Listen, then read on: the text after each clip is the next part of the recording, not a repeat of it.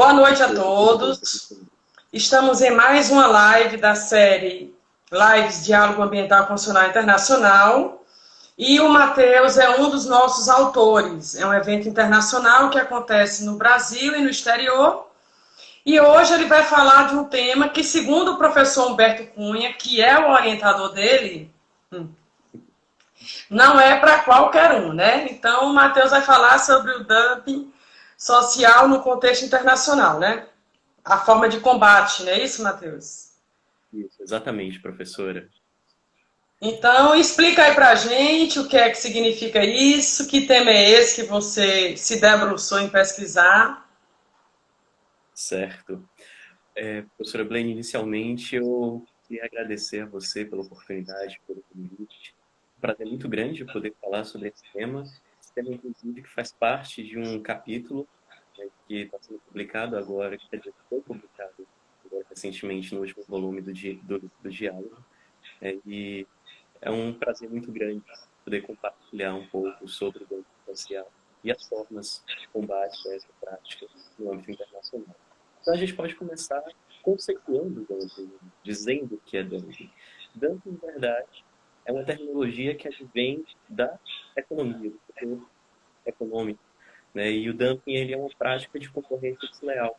É quando empresas se alojam em outros países que têm uma, digamos, que tem uma flexibilização, que tem uma possibilidade de eles agregarem mão de obra mais barata, digamos assim. Então, essas empresas elas passam a exportar produtos e serviços a preço substancialmente abaixo do mercado.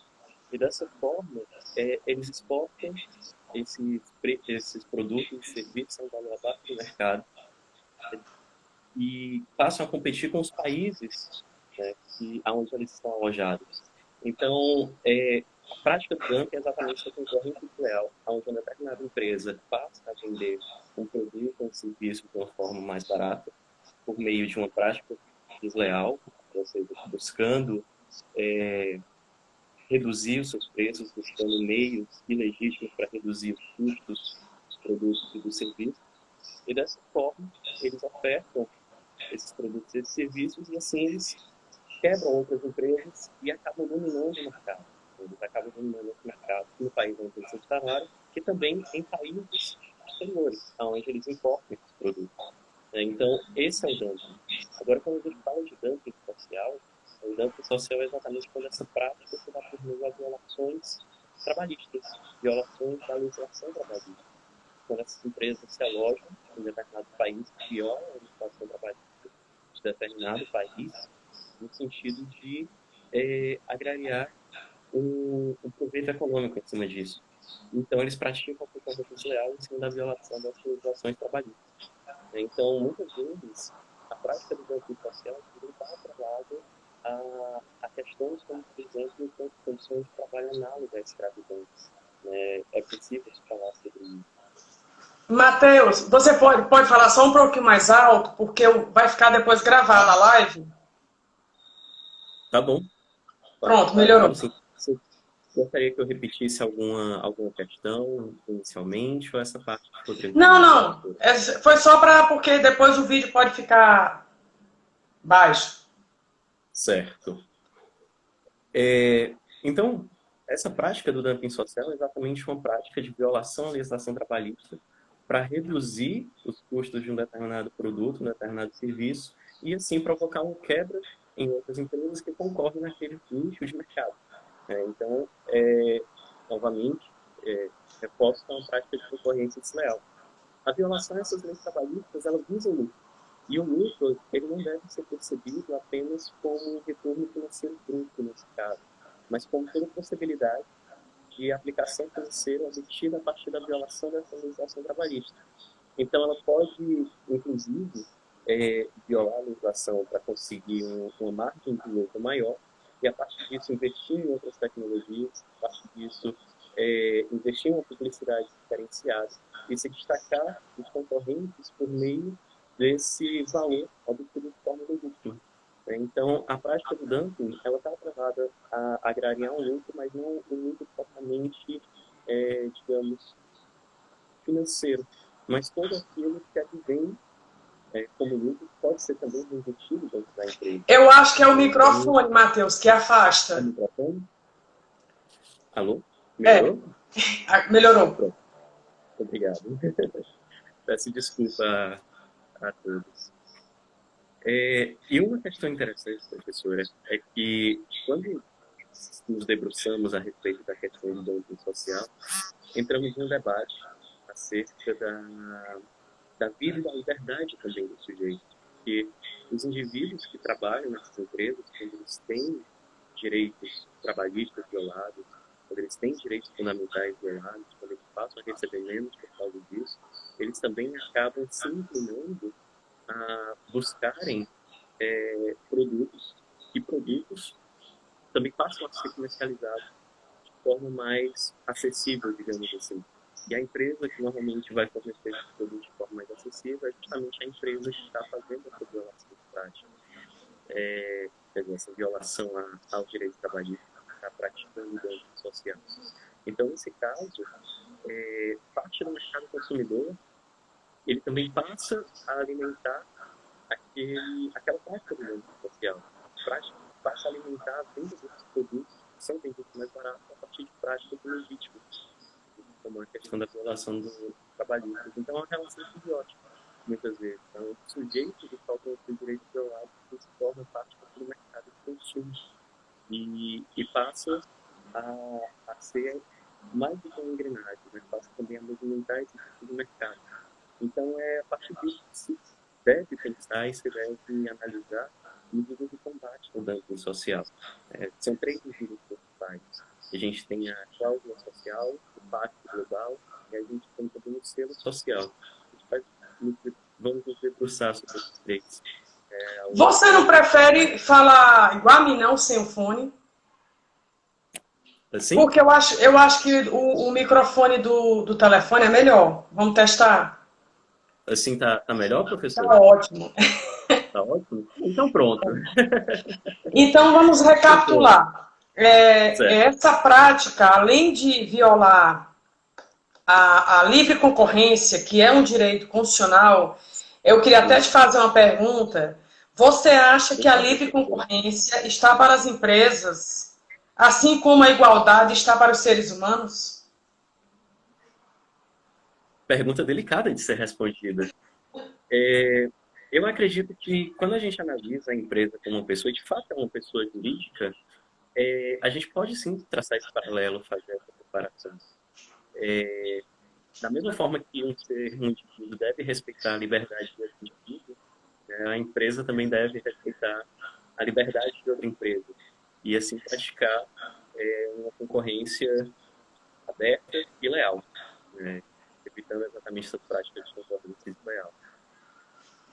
O tema é muito interessante, né, Matheus? Porque mesmo quando os direitos das empresas são respeitados, isso não implica em dizer que elas respeitam os direitos dos trabalhadores. Exato. Exato. Agora, o que motivou você o seu artigo? Você se preocupou, a motivação para a pesquisa foi mais no trabalhador ou nas empresas em si? Bom, nesse caso, durante a minha graduação, eu sempre desenvolvi pesquisas voltadas à questão do trabalhador, mas esse artigo específico é voltado exatamente pensando na questão da empresa, né, no sentido de como a empresa se comporta dentro do direito do trabalho e como que elas devem praticar uma concorrência leal uma com a outra a partir da perspectiva do direito do trabalho. Então, foi digamos, o primeiro passo nesse sentido, né, de pesquisar a respeito das empresas. E o combate a essa concorrência desleal, você acha que compete mais ao consumidor ou ao Estado? Eu acho que é uma via de mão dupla, professora, nesse caso, porque o Estado ele deve sim regulamentar, mas ele nem sempre vai conseguir prever todas as possibilidades de regulamentação, né? Então, também vai caber a escolha do consumidor, no caso de, a partir do valor das empresas que ele consome, a partir de como aquelas empresas se posicionam, se ele vai querer consumir ou não daquela determinada empresa, né? E a partir disso, ele também faz esse tipo de controle, eu acho que passa pelos dois. Quando a gente fala das medidas obstativas em um plano internacional, essas medidas, em verdade, não visam o patamar mínimo trabalhista em plano internacional, em plano global. No Brasil, existe o artigo 7 da Constituição Federal, que estabelece o patamar mínimo de direitos trabalhistas em âmbito nacional, no caso, para o Brasil, mas internacionalmente não há. Inclusive, o artigo ele propõe uma lista de convenções da Organização Internacional do Trabalho, da OIT, poderiam servir como exemplo a esse patamar mínimo global, a esse patamar mínimo internacional. Que, dentre essas convenções, tem a Convenção número 29, que fala de trabalho forçado, a Convenção número 100, que fala da igualdade de remuneração, a 105, que é a abolição do trabalho forçado. Então, são algumas perspectivas, mas as convenções elas são apenas espécies normativas que são emanadas pela própria organização da OIT, né? E ficam a cargo da soberania estatal de cada um dos estados que incorporam no tratado com o ordenamento jurídico, a convenção com o ordenamento jurídico. Então, o Brasil, no caso, ele não é signatário da Convenção número 87, que é a Convenção... Fala um pouquinho mais alto. O Brasil... Claro. Ele não é signatário da Convenção número 87, por exemplo, que é a convenção que fala sobre a liberdade sindical. E essa convenção é apontada no artigo como uma das que seria um patamar mínimo civilizatório em plano internacional. Então, dentre as medidas obstativas, tem essa participação do Estado, a partir do momento que ele estabelece, claro, cada um dentro de sua soberania, um patamar mínimo para que aqueles trabalhadores não tenham seus direitos violados, ou pelo menos seja assegurado um patamar mínimo para aqueles trabalhadores. Só para provocar mais ainda a discussão, nós temos um grande internacionalista aqui no Brasil, e eu fiz uma live com ele, é o Valério Mazzoli. E o pós-doutorado dele em Lisboa foi sobre o controle de convencionalidade. Você falou aí que o Brasil não aderiu a uma convenção da OIT. Da OIT, né? Uma das. E que, no caso, na sua opinião, se ele voltasse atrás, seria uma forma de combater essa desigualdade entre as empresas? Em verdade, poderia criar possibilidades, mas a Convenção número 87, que fala sobre a liberdade sindical, incorporaria no Brasil a possibilidade de que fossem abertos mais de um sindicato na mesma região para uma mesma categoria, né? Então, não necessariamente ela combateria um dano social, mas poderia vir a ser uma possibilidade a depender da forma que fosse implementada no país. Por que eu falei no controle de convencionalidade, né? E sempre gosto de lembrar que o Valério Mazzoli é o ícone, para mim, na minha opinião, do direito internacional aqui no Brasil. Porque, por exemplo, o TST, ele não firmou ainda uma posição com relação à acumulação dos adicionais de insalubridade e periculosidade.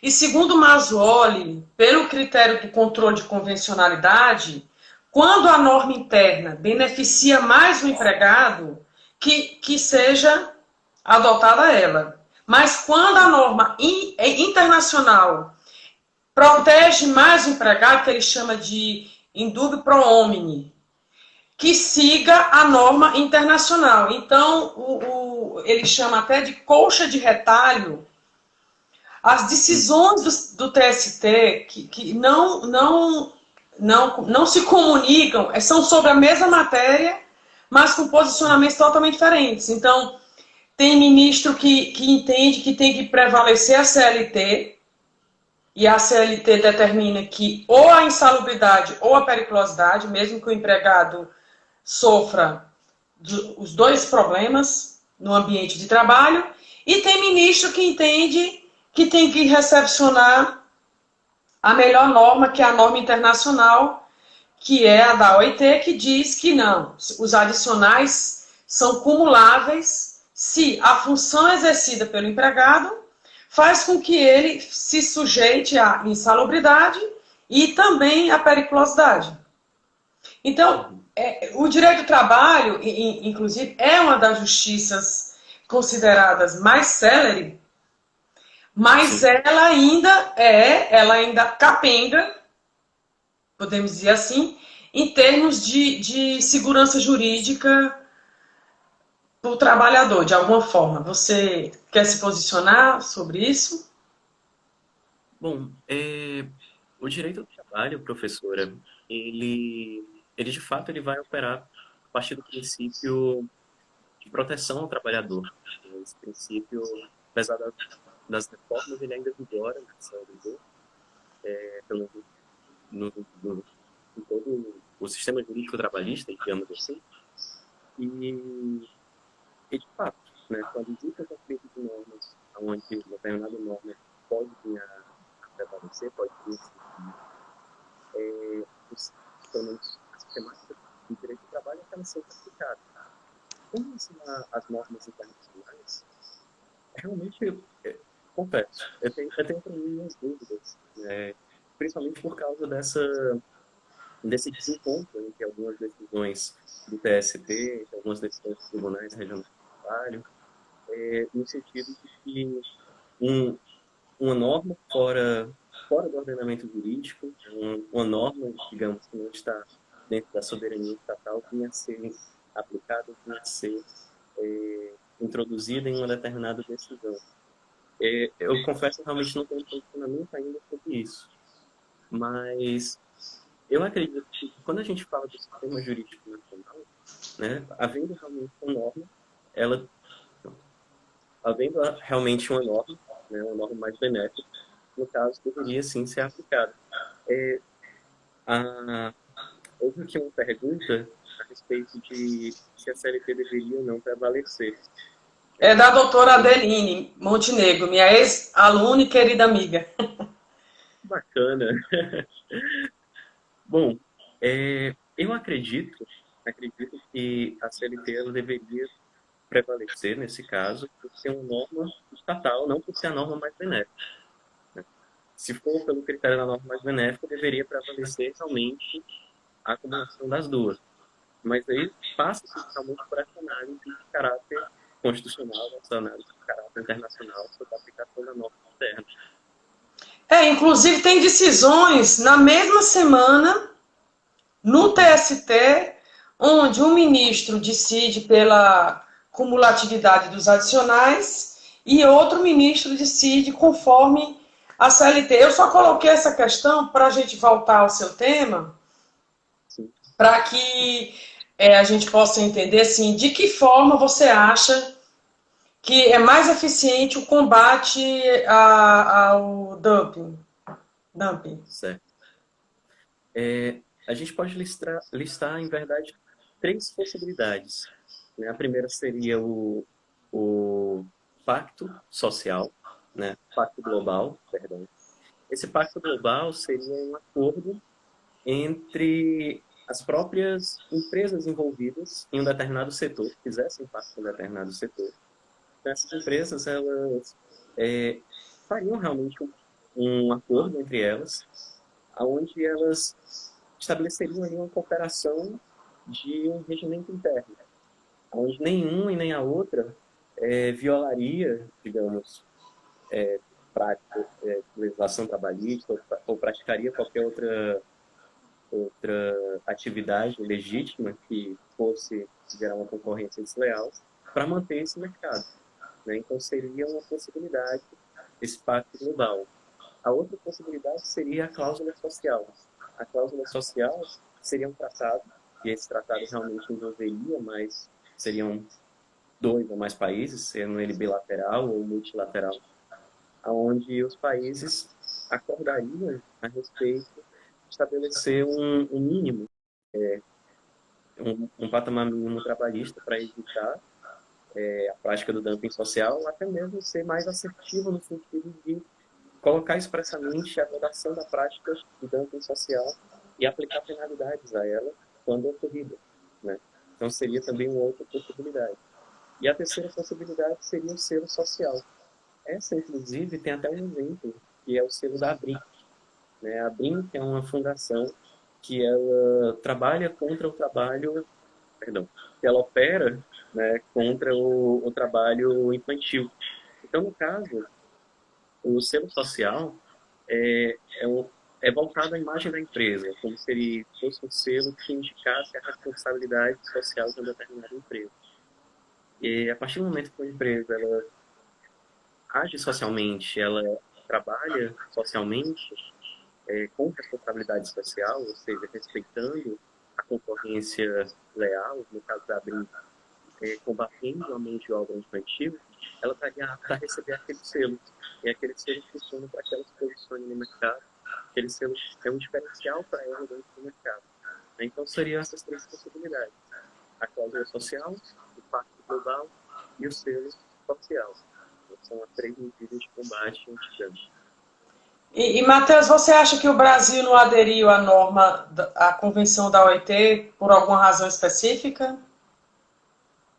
No caso, o Brasil ele tinha um movimento sindical muito concentrado, né? Então, por ser concentrado e também por querer manter essa concentração, o país ele adotou a unicidade sindical, onde os sindicatos eles devem ser unitários por categoria em um determinado estado, em uma determinada região, né? Então, a partir disso, a convenção não foi aceita. Deve ter também outras políticas internas, mas essa seria a primeira explicação. Será que uma pós-pandemia, na situação em que as empresas vão se encontrar, né, depois do fim do isolamento, que a gente não tem certeza quando será e ele ocorrerá conforme o entendimento de cada governador, você acha que abre aí uma esperança para uma mudança nesse sentido? Não? Eu acredito que da parte do sindicato tudo continua o mesmo, professora. Eu imagino que continue mesmo, não haja uma mudança nesse sentido. A gente vai entrar em um novo panorama global. Nós vamos entrar em um novo sistema, as empresas vão ser mudadas, formas de trabalho vai passar também por alterações. Né? Então, a gente vai viver essa constância, a gente vai viver essas mudanças ao longo do tempo. Não sei exatamente como vai se dar a questão do dumping social a longo prazo. Acredito que em algumas circunstâncias ele, inclusive, tenda a aumentar, porque trabalhos, em verdade, a gente vem batendo recorde de desemprego em um índice, digamos, internacional. Né? Estados Unidos, Brasil, países da Europa. Então, todas essas pessoas, elas também vão, digamos, querer se submeter a trabalho para onde elas possam sofrer uma ou outra violação trabalhística, porque vai ser aquela oportunidade, vai ser aquela opção que elas vão ter. E isso abre caminho também para a prática do dumping social no Estado. O que eu acho interessante, Matheus, eu não sei se você concorda, as empresas, quem mantém uma empresa viva, na verdade, são os consumidores. Sim, exato. E os consumidores, parece que eles dissociam o momento em que eles são consumidores e o momento que eles são trabalhadores.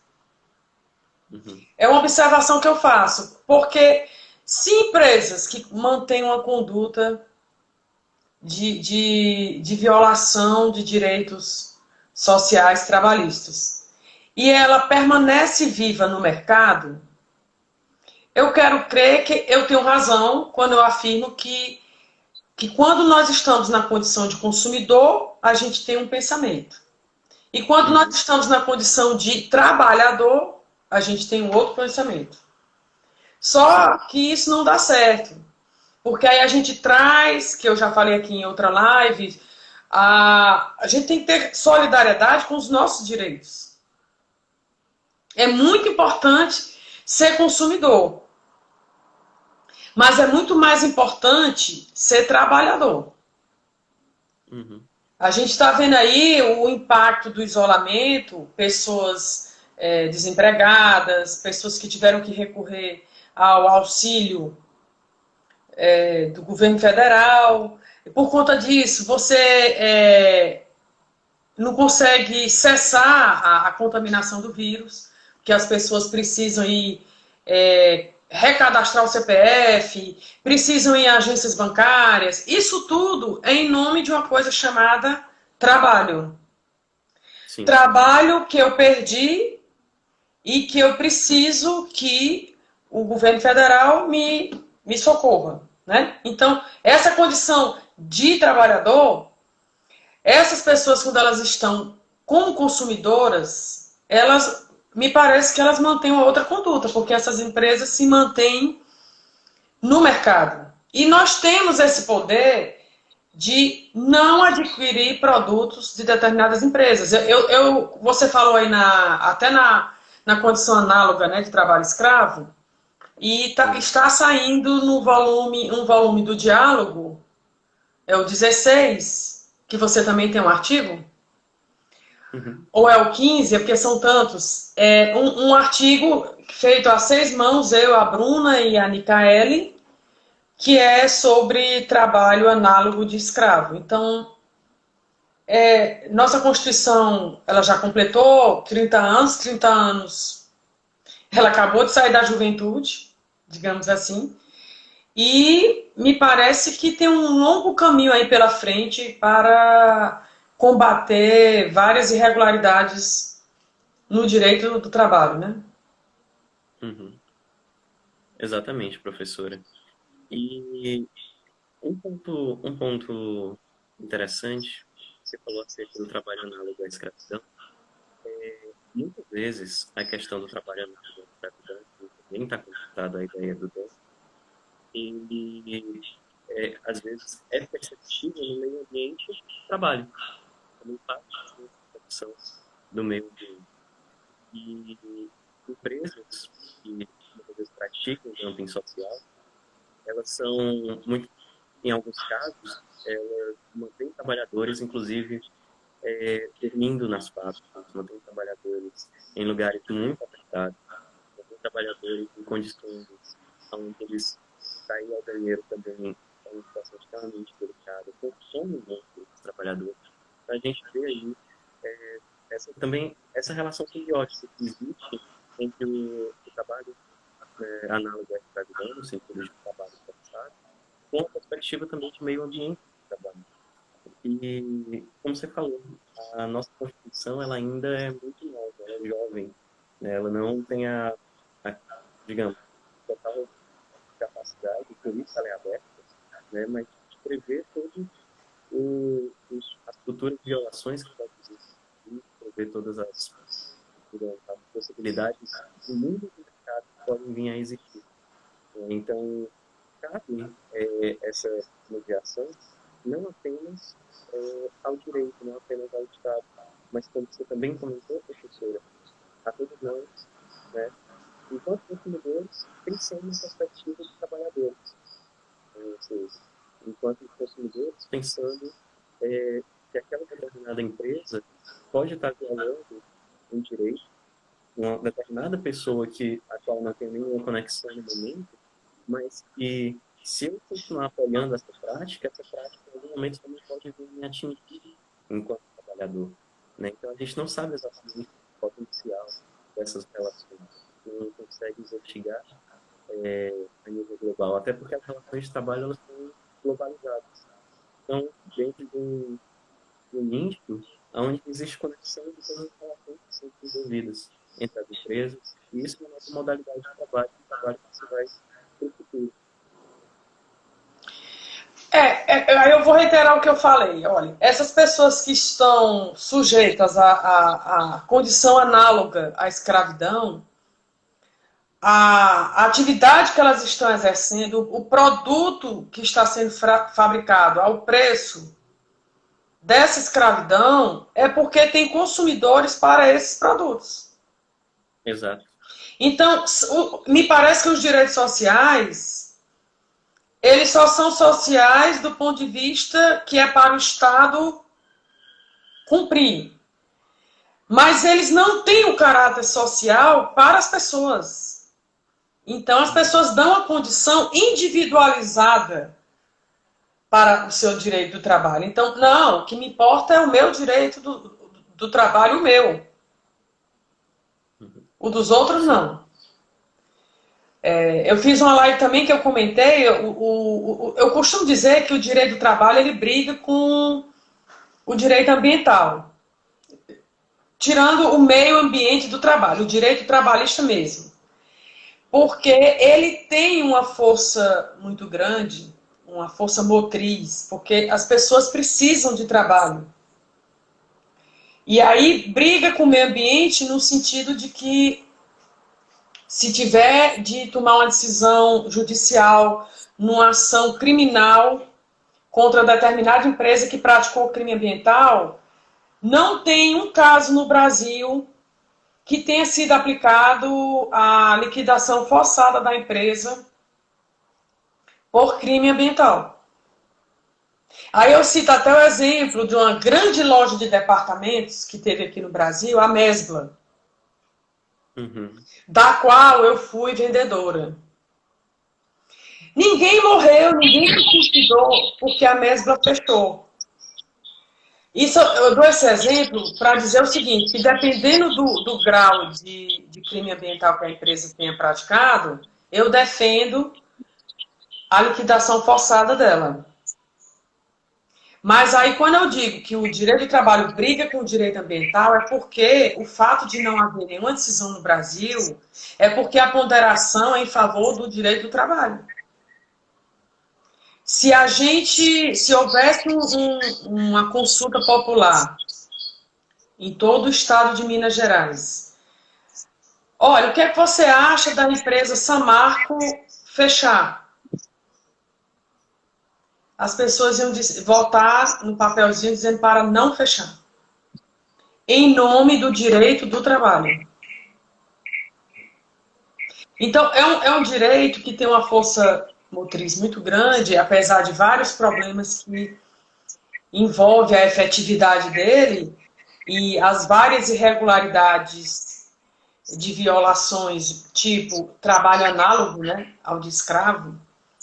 E aí você quer dizer mais alguma coisa sobre o tema, as suas conclusões do artigo? Antes de entrar nesse ponto, professor, eu queria apenas pensar que eu concordo com o que você falou. E, de fato, o impacto da Samarco fechar, ele é muito analisado sob a ótica do direito do trabalho.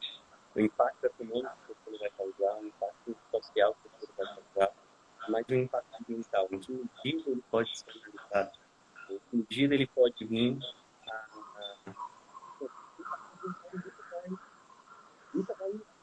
Eu não estou te ouvindo. Repete aí. O impacto ambiental ele nunca vai, de fato, encontrar uma solução se traz de volta o meio ambiente a como ele era antes. Né? Então, essa violação ela tem um caráter, um aspecto irremediável. E ainda assim, né, como o senhor comentou, o direito do trabalho ele vai ter essa preponderância dentro de uma análise acerca da empresa fechar ou não, por causa de um aspecto econômico, por causa de um aspecto social. Né? Então, são conflitos que realmente eles instigam a análise. Você havia perguntado acerca das conclusões do artigo. Tem uma pergunta aí, antes que, eu acho que vem aí, você tá dando para ler? Dá. Apesar da edição das medidas provisórias 927 e 936, muitas empresas continuam a demitir em massa, o que o governo federal e os sindicatos laborais podem fazer a respeito.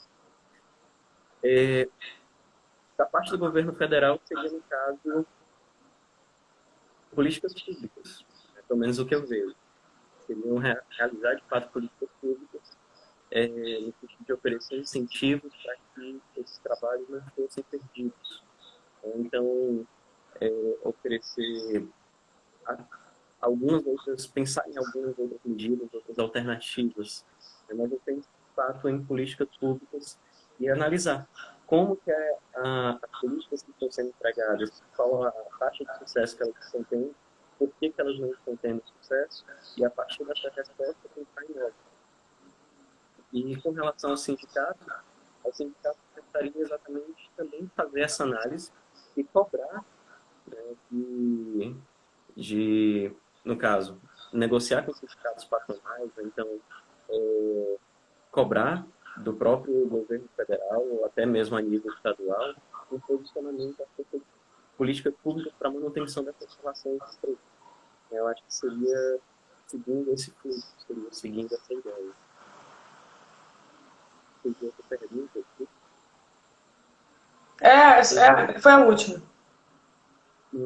Em relação ao meio ambiente de trabalho, a medida provisória teria legitimidade para defender interesses dos servidores públicos estaduais?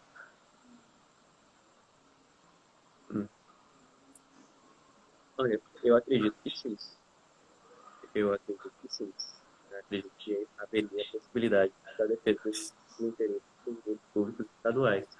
Para dar uma resposta mais exata, eu tenho que revisitar a medida provisória o MP, o Ministério Público, perdão. Em relação ao meio ambiente de trabalho, sim, o Ministério Público ele teria legitimidade para defender os interesses dos servidores públicos estaduais, e inclusive o Ministério Público do Trabalho, né, o MPT. Ele teria essa competência, ele teria essa possibilidade de intervir a favor dos servidores públicos estaduais. Mas, agora, partindo para a conclusão, professor, os apontamentos do artigo, fazendo essa conclusão geral, é que o dumping é essa prática de concorrência desleal. Como prática de concorrência desleal é quando, no caso, a empresa, uma determinada empresa, ela viola práticas trabalhistas, então ela viola outras práticas de forma a ter uma atuação irregular, uma atuação legítima, para ganhar e dominar um determinado mercado. A partir do momento que ela domina esse determinado mercado, ela passa realmente a agregar os lucros e usar a favor do seu proveito, ela está ali praticando esse dumping social em cima da violação de legislações trabalhistas. É uma prática que viola a legislação trabalhista.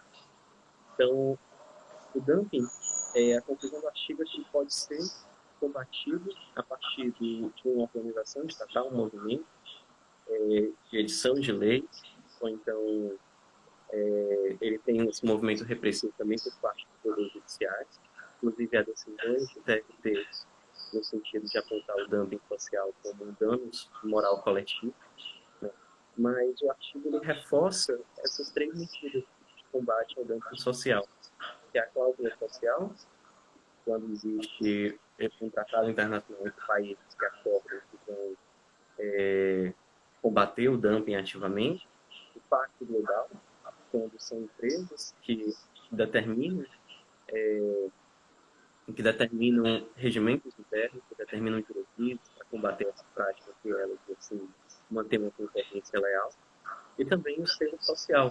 No caso, o selo social seria esse selo de responsabilidade social às empresas que se posicionam no mercado de forma a combaterem o dumping social, de forma a combaterem essa violação ilegítima aos direitos trabalhistas. Então, essas são as conclusões apontadas pelo artigo. Matheus, muito obrigada. O artigo está no volume 14? Está no volume, isso, exatamente. Então já está publicado no site, né? Só não recebemos o livro físico ainda por conta da pandemia, mas já está lá, né? No volume, publicado no volume 14 no site, né? Então, quem tiver interesse, www.dialogoaci.com, publicações, volume 14, lê o artigo do Matheus Lins, tá? Eu quero agradecer, eu fico muito feliz de poder reencontrar ex-alunos meus em condições intelectuais iguais às minhas, né? E dizer que isso é fruto de estudo, fruto de dedicação, como o professor Martoni falou na live sobre pesquisa jurídica. A pesquisa jurídica, o preço dela é muito alto, são muitas renúncias, São muitas horas dedicadas, né? E mais o importante é a gente saber que vai deixar um legado aí para a história, né? Então, Matheus, muito obrigada e espero que a gente se encontre aí em outros momentos acadêmicos. Quem sabe, se a pandemia permitir, teremos o diálogo em novembro em Fortaleza. Você Vai quer dar permitir, professor. uma mensagem aí para os espectadores? Sim, por favor. Gostaria de agradecer, professora, gostaria de agradecer pelo convite, pela oportunidade de participar, de dialogar com você. É sempre um prazer muito grande. E você que fez parte dessa minha caminhada também, ao longo da pesquisa, essa caminhada acadêmica, ao longo da graduação. Eu sou muito grato a você, professora, e a todos que acompanharam. Eu gostaria também de agradecer pelas perguntas, pelas motivações que vocês mandaram por meio de mensagem, por terem acompanhado a discussão até aqui. Espero que, de alguma forma, a gente possa ter contribuído sobre esse olhar acerca do dumping social, esse olhar acerca do tempo de trabalho no ambiente profissional, e que também deixe o canal aberto caso existam dúvidas, existam outras perguntas, para manter o diálogo da forma como ele funciona. Eu vejo exatamente o diálogo hoje, professora, como uma grande rede de pesquisadores e também uma rede que tem formado novos pesquisadores ao longo das edições do evento. Isso é muito importante. Então, muitíssimo obrigado. Obrigada, foi um prazer estar aqui com você. E aí eu vou publicar a live no YouTube, no Facebook, no Instagram, tá bom? Um grande abraço. E obrigada a todos que participaram da live. Obrigado. Tchau.